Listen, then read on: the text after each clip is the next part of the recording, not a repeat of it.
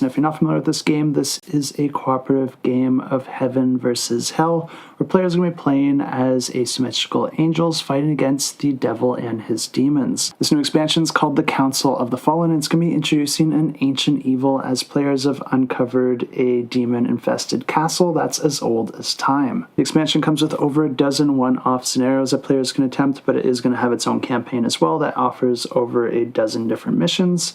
And there's also going to be some new angels that players can play as well as new fallen princes. And this also introduces some tweaks to the original game, offering streamlined rules with simultaneous play, and also an updated solo mode. But for those of you who aren't already familiar with this game, this is a game where players are going to be working together as angel warriors, fighting back against the demons who have taken control over key figures on Earth.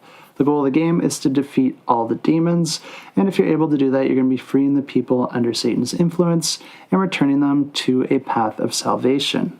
This is a game that offers a huge amount of variability because there are a ton of different demons that you can go up against, and every single one of them is unique with their own set of actions.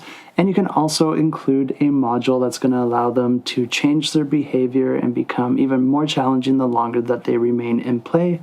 So if you're playing with that, you're going to want to get rid of them as quickly as possible. Not only that, but there's a whole bunch of different angels that you can play as that each have their own set of stats and strengths and special abilities, and they each come with their own deck of these talent cards that can be randomized and chosen from game to game, making it play very differently even if you do play the same angel over again. These talent cards come in 3 different levels, and you're only going to include 1 from each level, but you don't start with these active right away. Instead, you're going to be unlocking them one by gaining experience, either from defeating enemies or from protecting humans. But in order to play the game, you're going to be setting it up with the map tiles for that specific scenario, and you're going to be putting these out on the main board. And there's a few different areas to be aware of here. There is the main map, and then at the bottom here, there's an area to keep track of your various darkness cards. These darkness cards can cause all sorts of negative effects for the players, and you're going to be starting with a few of these inactive face down at the start of the game. But then each time that you end a round and there is a human that is currently corrupted by the demons, for each human that is corrupted, you're going to be adding another darkness card to that row. Once you run out of space to add a new darkness card, instead of adding a card, you're going to be flipping them from left to right, resolving any effects or ongoing effects until you're able to get rid of that card. Things get even more dicey if all the cards are already flipped up, because for each human that's corrupted at the end of the round in that case, every single player is instead going to be losing health.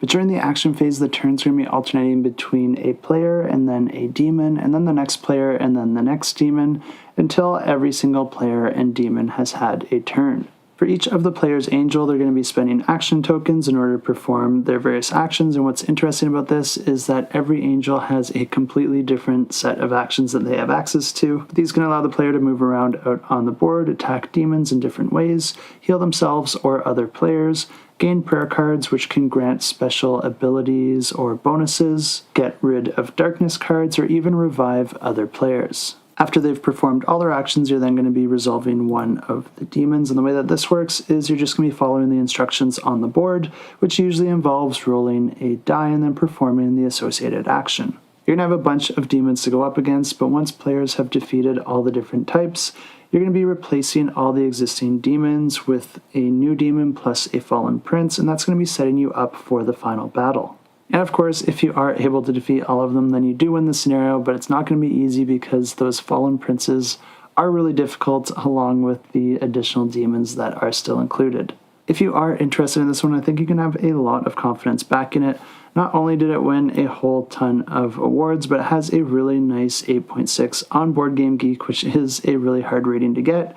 And this new version also improves on their original system. So this new rule set should be even better than the original. Definitely check this one out and feel free to follow along, and I'll have a link to the campaign in the description down below.